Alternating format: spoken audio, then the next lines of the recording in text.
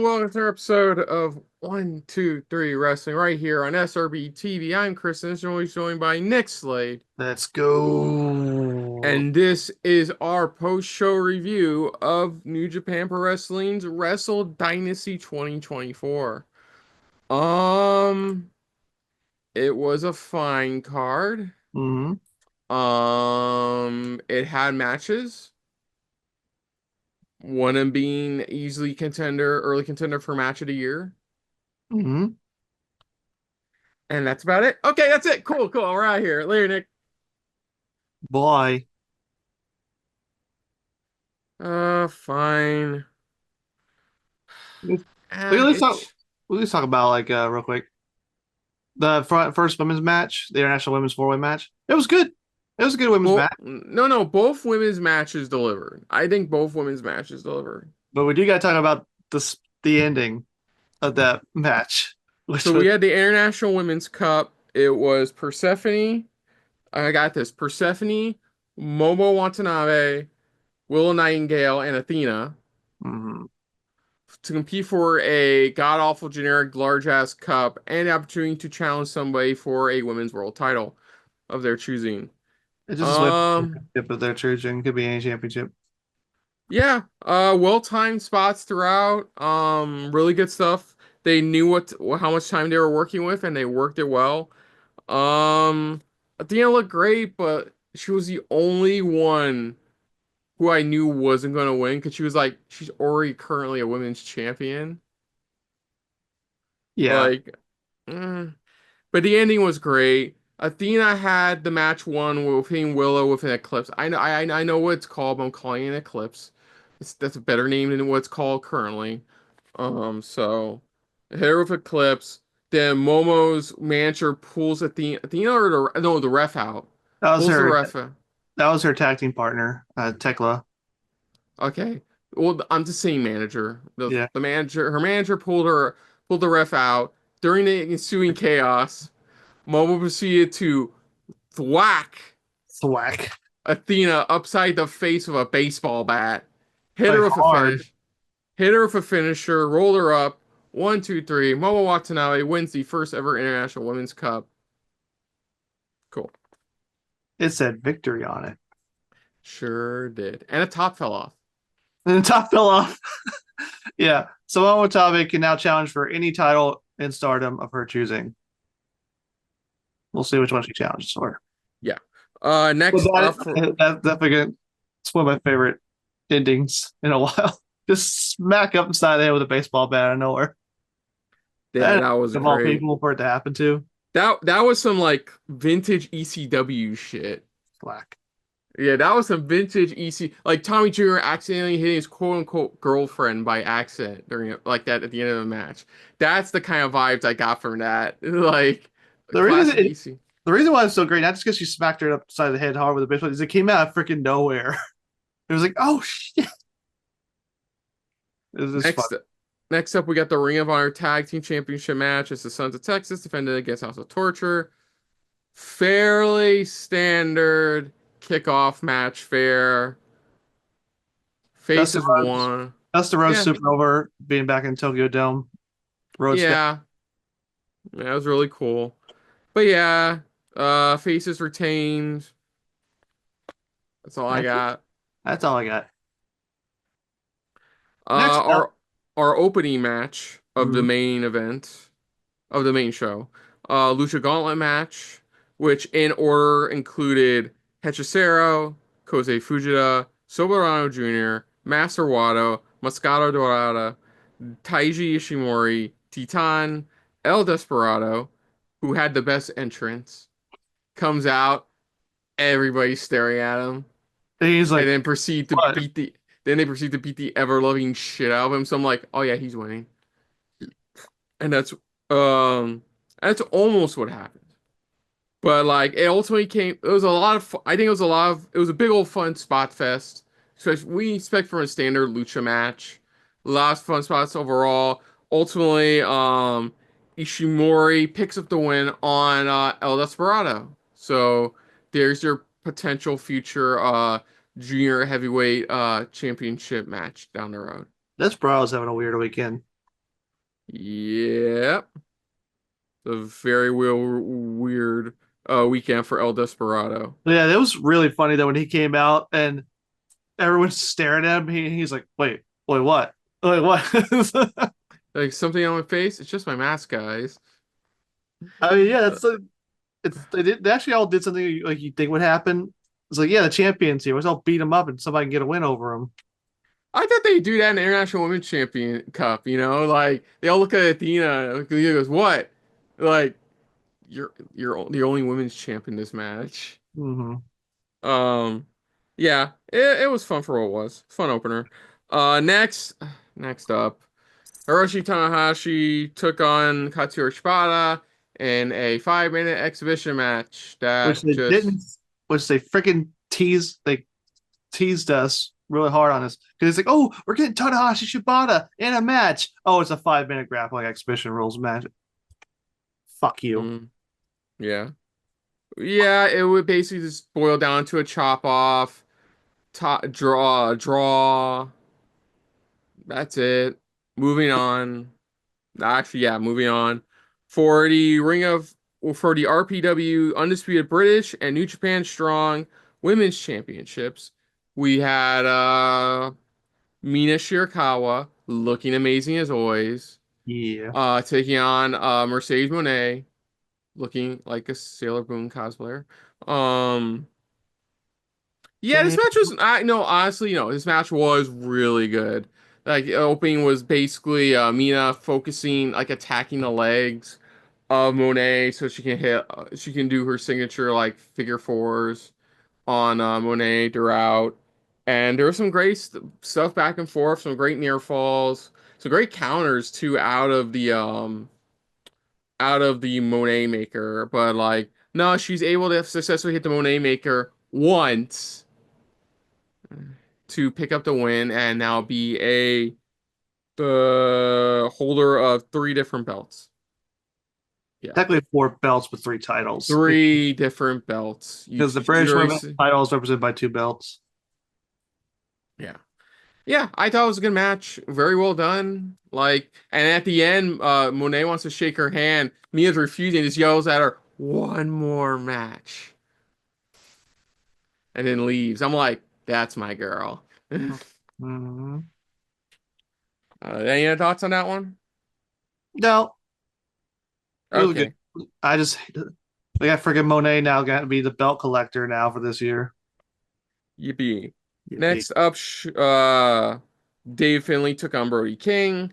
Mhm. This match was about as bog standard as you could get, with Finlay ultimately, with like, to be fair though, Brody King made that audience wince at the beginning. With him doing those flying cross bodies into the barricade onto Finlay.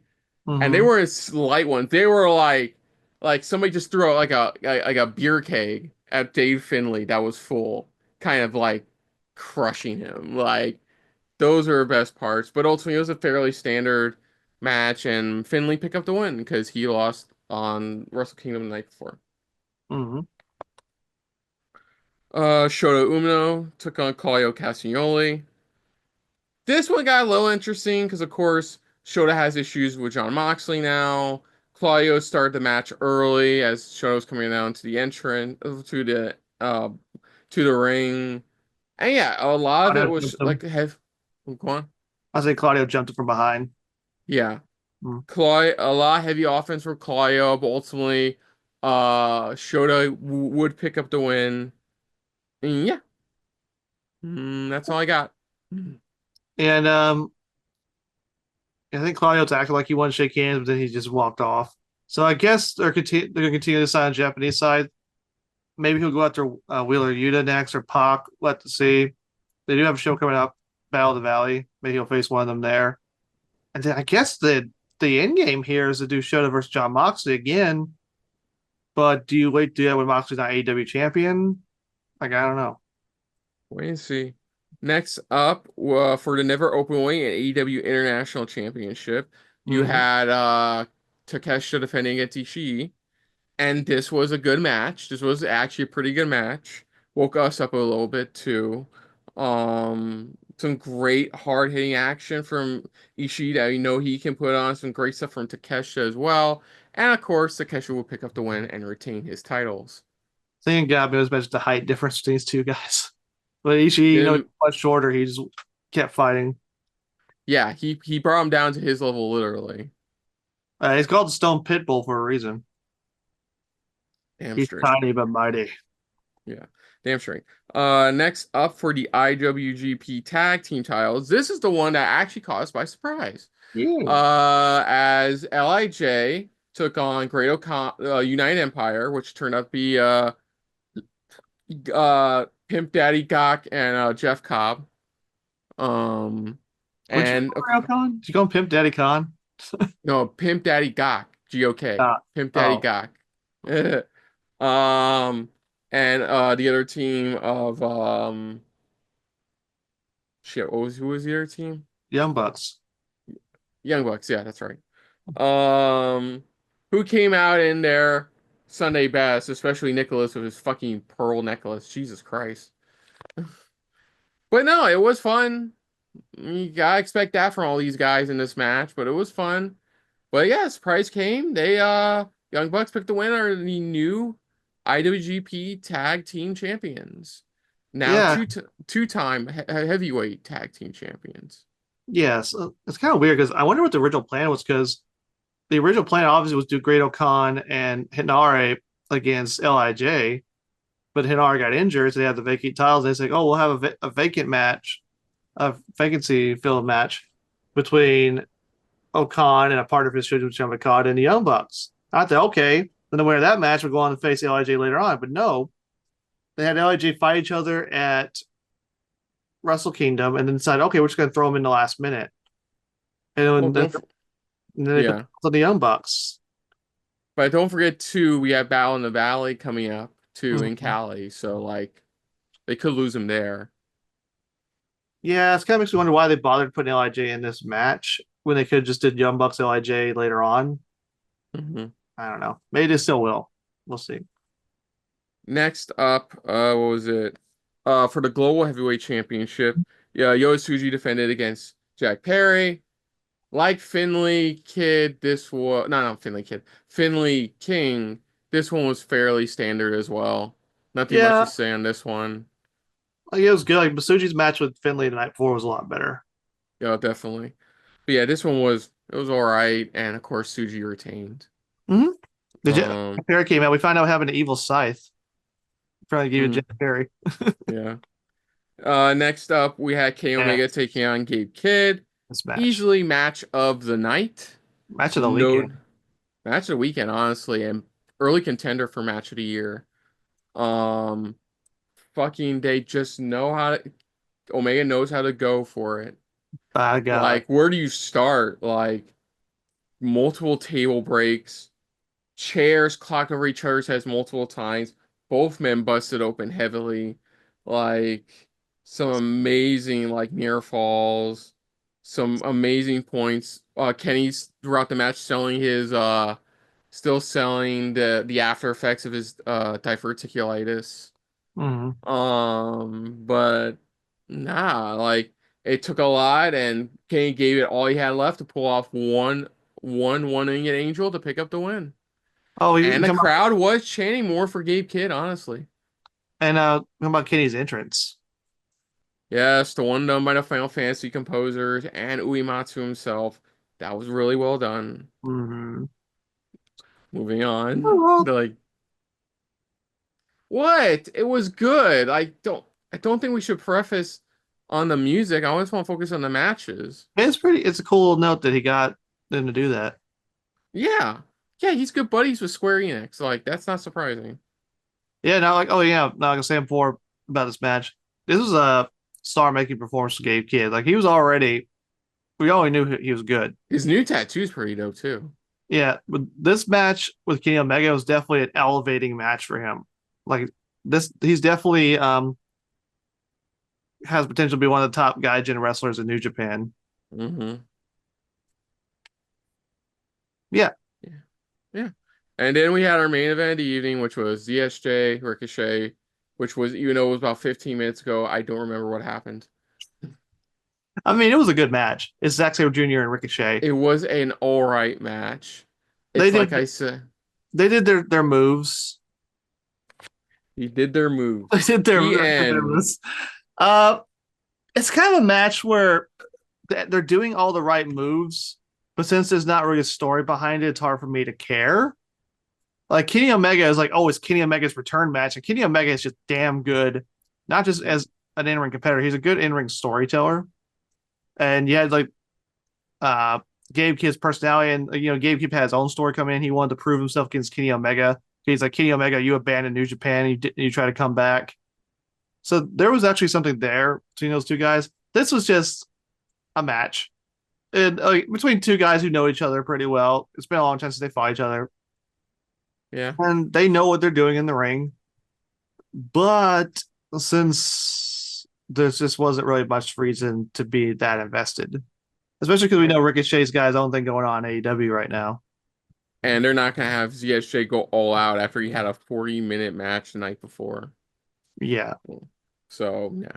yeah, maybe Yeah, Omega. it's Okay, we were saying maybe Omega Kid should have gone last, that's what I but was saying. I guess it's the world title. Yeah.